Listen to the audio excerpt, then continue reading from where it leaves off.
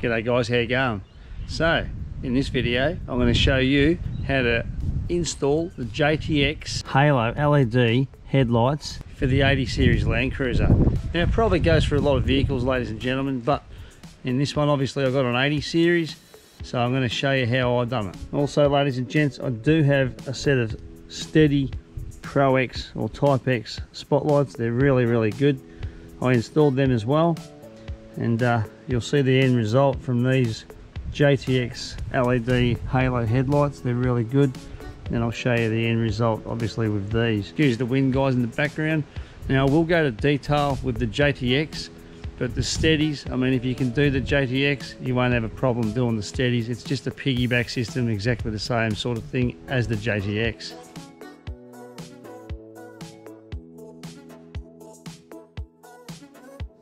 Righto, so tools for today. Obviously a soldering iron, got some 3mm wire, and some 4mm wire, have a couple of connectors.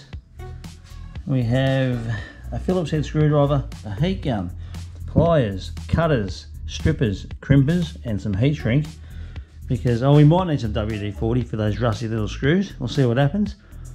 These wires are for, this one's for the power that comes out of the Parker that lights up the halo on the new lights, and the 4mm wire is for a couple of wiring looms that I'm going to do for the indicator side. Alright, so the driver's side is a little bit more difficult than the passenger side one. I've got a water bottle here, so I've got to take the battery clamp off, get the water bottle out to get to the back of the plugs from those two headlights. Indicator or side Parker, Phillips head here, it just pops out. Got a couple of Phillips heads around here, one there, and there's none down the bottom.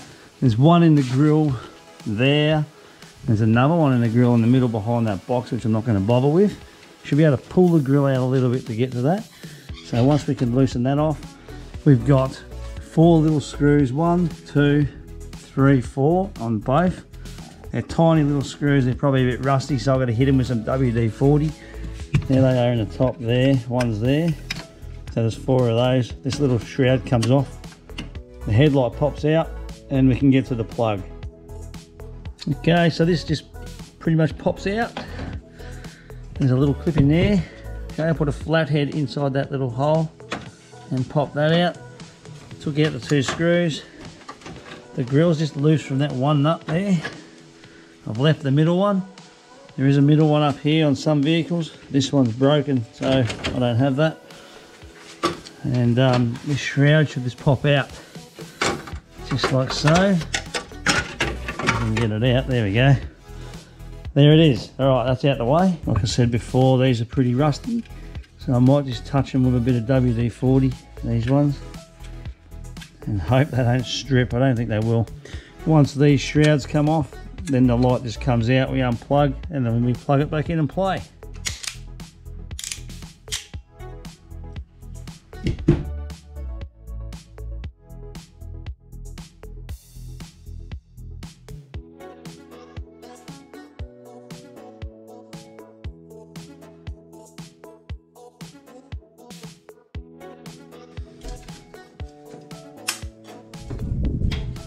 Okay, so there's the shroud. She just pops out. So this one's the high beam, which I'm going to piggyback the spotlights from as well. Okay, there it is. Okay, so I'm just testing this little plug here. This is meant to go down to the bull bar. This little plug, I've never plugged them in. They're the bottom lights down there on the bull bar, under that rag just here. I've never actually plugged them in. So what I'm doing is just the multimeter, one on the earth and one inside this connector, and then we'll try the other one, and there's no or less voltage, so it's this wire that we've got to piggyback, so I'll plug into. That's how I determined how to do it on the other side, which is right there. So obviously if you're not sure, plug in the light. I've plugged it in, okay. There's a yellow wire and a red wire here on that light, on that wiring loom. The red one is for the constant power for the halo, which is white, and the yellow one is for the indicator. So you can even double check it, stick it in. We know which one we have to wire into. The other side doesn't work. Okay, it's this one here. There we go. So there you go, guys. Nice and easy. You don't even need a multimeter. Same goes for this plug, guys. I'm going to test each wire. Now, by memory, it was the middle one on the other side. And that was yesterday. So just to double check it, I am going to test the same way. It's on. So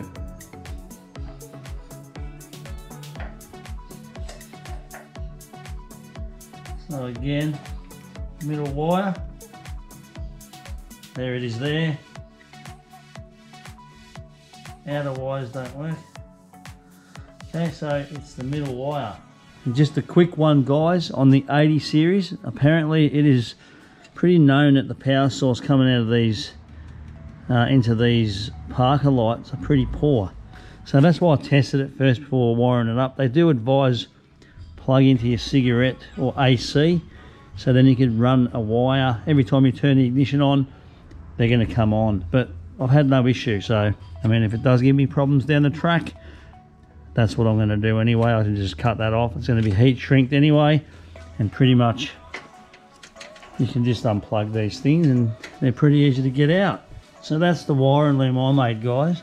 These two plugs, or these two ends here with the red, they plug into each of the halos on the new lights, and this one here will be soldered into that wire, the middle wire on the Parker.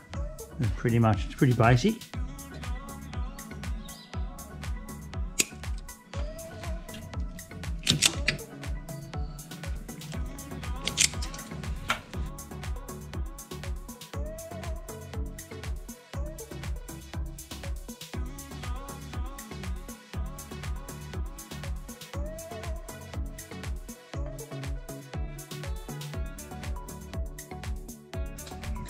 Alright, so the piggyback setup is a double piggyback because that's the STEDI spotlights.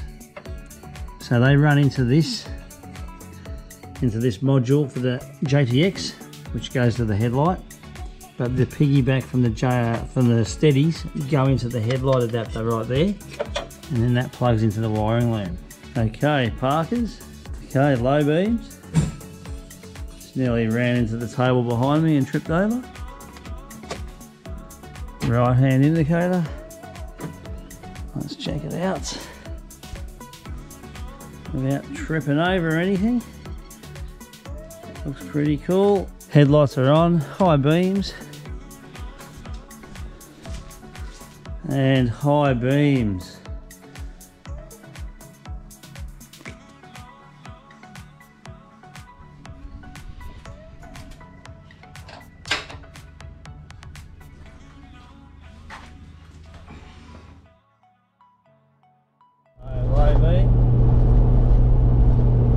High beam, just the JTX and the STEDIs. The road's going uphill a little bit to a crest, so you can't see over the top of the hill there. It's just coming up on us now, sitting on 100. I mean, this is what you want to be able to see when you're travelling at night, ladies and gents, on these types of roads. So here we go over the crest, low beam, JTX high beams, STEDI Type X Pros.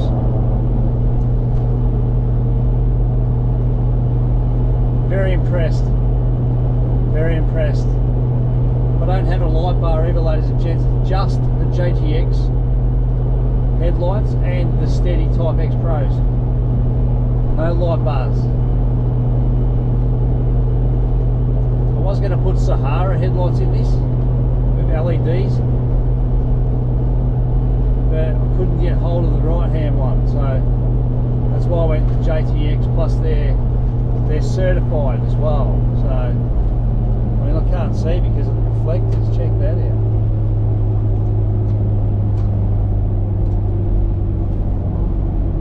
Home and hosed, let's go.